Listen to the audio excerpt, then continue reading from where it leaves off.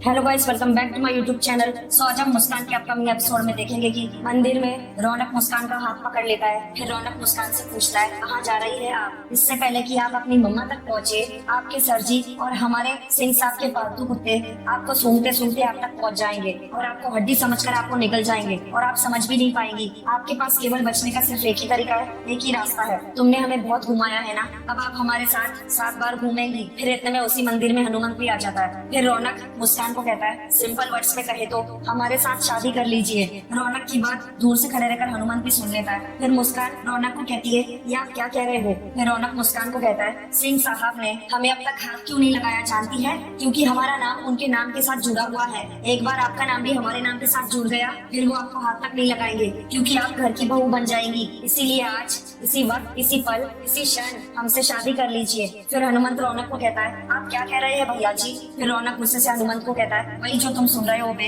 अब जाओ और शादी की जितनी भी तामझाम है, सब कुछ, सब सामग्री, सब कुछ लेकर आओ। फिर हनुमंत रौनक को कहता है, ठीक है लेकर आते हैं। इतना बोल के हनुमंत वहाँ से चला जाता है। उधर बीच रोड पर तबस्सुम सर जी को कहती है, मैंने कभी सपने में भी नहीं सोचा था कि हमारा सबसे बड़ा दुश्मन आपका बेटा होगा। ये तो आपके हाथ आपके बेटे ने बांध दिए, वरना आप उन लोगों में से नहीं है कि आपके साथ कोई कुछ भी करके चला जाए और आप खड़े खड़े देखते रहे, कहीं आपका बेटा और मुस्कान एक साथ। फिर सर जी तबस्सुम को बताता है, मेरा बेटा अगर सबसे ज्यादा नफरत करता है तो कोठे वालियों से घुंघरू की आवाज सुनकर उसके कानों से खून बहने लगता है। उन्हें नाचता देखकर उसकी आंखों से अंगारे बहते हैं। और जहाँ तक मुस्कान की बात है तबस्सुम, ये तो तुम भी अच्छी तरह जानती हो, एक बार किसी नाचने वाली को ठप्पा लग जाता है ना, यहाँ और पैरों में घुंघरू बन जाते हैं, तो फिर वो घुंघरू उसे कभी नहीं छोड़ते। चाहे जितना भी भाग ले, वो लौट के हम ही के पास आएगी। उसके लिए लोगों के बटुए खुलते हैं, घरों के दरवाजे नहीं। सर जी के घर पर फिर इतने में डोरबेल बजती है। फिर सर जी की बहन कहती है, अरे कहाँ मर गए सारे के सारे? फिर सर जी की बहन जब करते हुए कहती है, अरे घंटी पे घंटी बजाए जा रहे हो,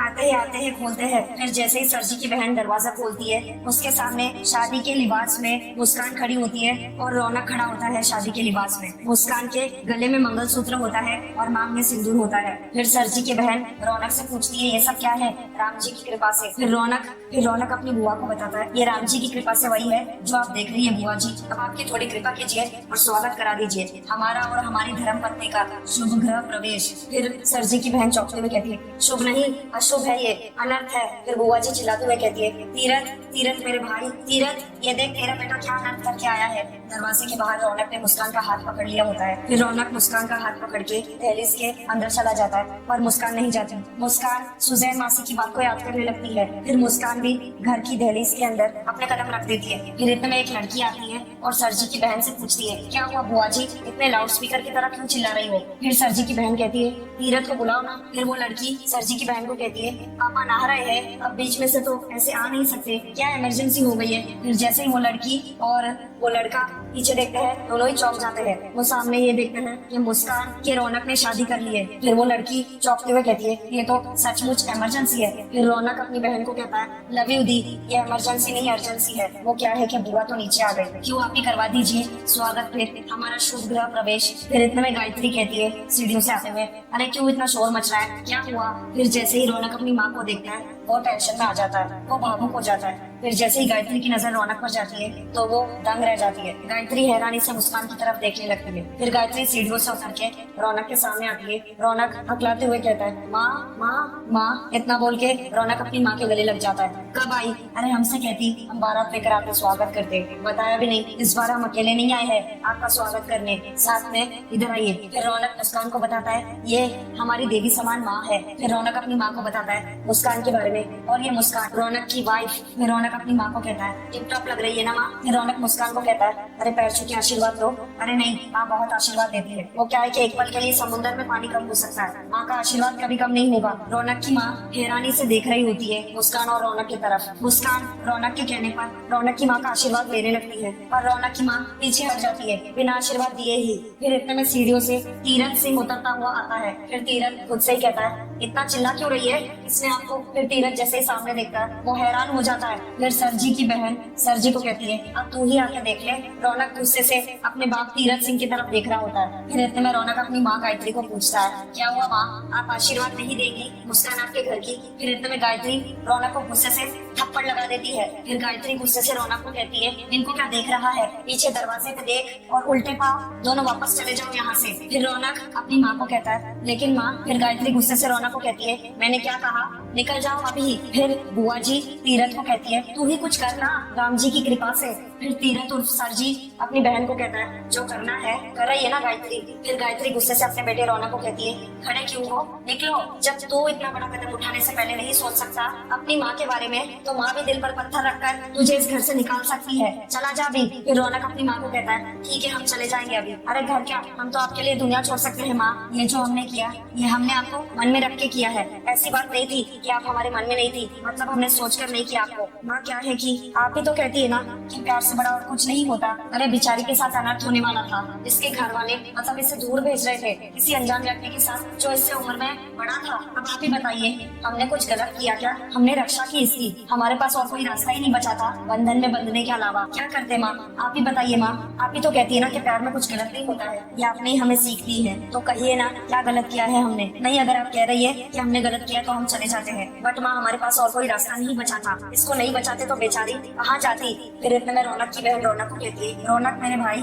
तुम समझ नहीं रहे हो, धोखा हुआ है तुम्हारे साथ। ऐसी गरीब लड़कियां अमीर लड़कों से शादी नहीं करती, सिर्फ प्यार उनके पर्स से होता है। फिर इतने में लवली का पति कहता है हाँ लवली जी आप तो बिल्कुल सही कह रही है, आप तो कभी गलत कहती ही नहीं, पता नहीं कौन है कौन से परिवार से है, कौन जानता है इनको। फिर लवली गुस्से से कहती है और ये लड़की और इसकी गरीबी दोनों ही हमारे घर के लायक नहीं है रौनक। फिर इतने में एक लड़की आती है, वो मुस्कान को देखते ही कहती है मुस्कान। वो लड़की और कोई नहीं रौनक की बहन होती है। फिर रौनक की बहन रौनक को कहती है भाई आप दोनों, ओह माय गॉड ये कब हुआ। फिर लवली उस लड़की को पूछती है तुम जानती हो इस लड़की को। फिर वो लड़की ये तो हमारी दोस्त है और हमारी क्लासमेट भी। अरे इससे मैं तो क्या इसे पूरा कॉलेज जानता है, ये जितनी अच्छी स्टूडेंट है ना उतना ही अच्छा इसका बिहेवियर भी है, मानना पड़ेगा भाई, बिल्कुल सही लड़की चुनी है आपने मेरी भाभी बनाने के लिए। फिर रौनक अपनी माँ को कहता है देखा माँ देखा सुना, हमने गलती जरूर की है मगर कोनो गलत लड़की नहीं लाए। फिर इतने में तीरथ की बहन कहती है हाँ लेकिन तरीका तो गलत है ना, राम जी की कृपा से ऐसे गले में माला डाल के मांग में सिंदूर भर के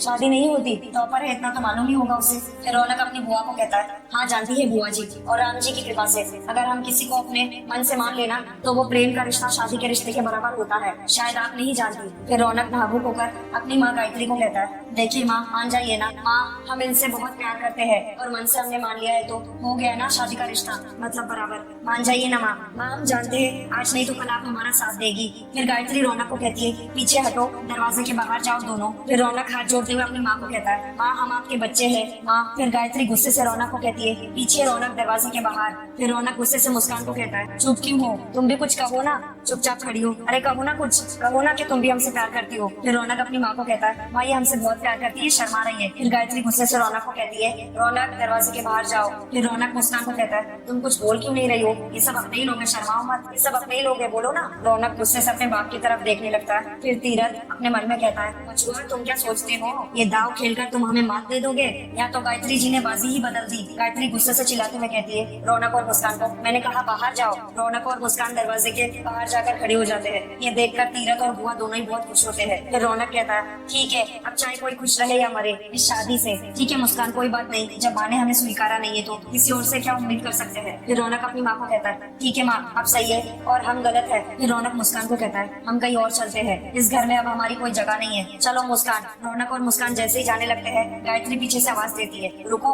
गायत्री गुस्से से रौनक को कहती है खुद से शादी करके गलती तो की है रौनक, लेकिन उससे भी बड़ी गलती की है बहू को बिना गृह प्रवेश किए इस घर के अंदर लाना। गायत्री की बात सुनते ही तीरथ सिंह बहुत चक्का हो जाता है। फिर गायत्री रौनक को कहती है थप्पड़ तो पड़ना ही था तुझे, कुछ समझ में नहीं आता, बचपना तो कूट कूट के भरा हुआ है, अरे शादी कर ली है अब तुमने, अब ऐसे नहीं चलेगा। फिर गायत्री पीछे से कहती है डॉली पूजा की थाल ले आना और पारा परात और उसमें आटा डालकर ले आना और साबुत चावल और लोटा ले आना। फिर डॉली गायत्री को कहती है ठीक है। फिर तीरथ सिंह गुस्से से गायत्री को कहता है, ये क्या कर रही हो तुम गायत्री? कचरे में पड़े फूल को पूजा की थाली में सजा रही हो। कोई भी मुंह उठाए चला आएगा, वरमाला लेके किसी भी लड़की को ले आएगा यहाँ हमारे खानदान में, और उस पर से हम अपने खानदान का नाम दे देंगे। फिर इतने में रौनक गुस्से से तीरथ सिंह उर्फ सर जी को कहता है, सिंह साहब किसी को भी नहीं, उसे लेकर आए हैं जिससे हम प्यार करते हैं। शादी करना हमारा फर्ज था। अब मुस्कान को इस खानदान का नाम देना, इज्जत देना आपकी मर्जी। फिर इतने में डॉली अपने बाप तीरथ सिंह को कहती है, पापा आप इतना गुस्सा क्यों हो रहे हैं? मैं जानती हूँ उसे, ये एक अच्छी स्टूडेंट होने के साथ साथ बहुत अच्छी इंसान भी है। फिर तीरथ सिंह अपनी बेटी डॉली को कहता है, बीच में तरफदारी करने की जरूरत नहीं है तुम्हें। फिर तीरथ सिंह गुस्से से गायत्री को कहता है, मत न्योता दीजिए इस गंदगी को इस परिवार में, ये लड़की इस खानदान के लायक नहीं है। फिर रौनक अपने बाप को कहता है, अच्छा आपको कैसे पता कि ये इस घर के लायक नहीं है? क्या आप इसके घर वालों से मिल चुके हैं, इसके परिवार से मिल चुके हैं? क्या आप पहले कभी इससे मिल चुके हैं? क्या आप जानते हैं कि ये कहाँ रहती है? अगर आप जानते हैं तो कहिए ना, सब सच सुनना चाहते हैं, कहिए ना आप चुप क्यों है? फिर गायत्री अपने पति तीरथ सिंह को कहती है, सुनिए अब इस तरह भड़कने से कोई फायदा नहीं है। शादी तो कर ली है, बन गई है ये बहू हमारे सिंह परिवार की। जैसे मैंने अपने आप को समझाया है, आप भी अपने आप को समझा लीजिए। हमारे लिए नहीं, हमारे एकलौते रौनक के लिए इसे अपना लेना चाहिए, वरना हम बहू और बेटा दोनों खो देंगे। एक बार बेटे की खुशी को अपनी खुशी मानकर देखिए, आपके लिए शायद आसान हो जाएगा। गायत्री की बात सुनते ही तीरथ सिंह गुस्से से वहाँ से चला जाता है। फिर गायत्री आरती की थाल लेकर आती है मुस्कान और रौनक के पास। गायत्री गृह प्रवेश की सारी तैयारी करती है। सबसे पहले गायत्री अपनी बहू को टीका लगाती है और उसके ऊपर फूल बरसाती है, फिर उसकी आरती उतारती है। ये सब देखकर रौनक बहुत ज्यादा खुश होता है। फिर गायत्री मुस्कान को कहती है, अब इस कलश को अपने सीधे पाँव से पलट दो और फैला दो खुशियाँ हमारे इस घर में, हमारे इस पहले कदम से। मुस्कान घर की डेलीज को देखकर काफी ज्यादा भावुक हो जाती है। सो गाइस, आज का मुस्कान का एपिसोड यहीं पर समाप्त होता है। Thank you for watching.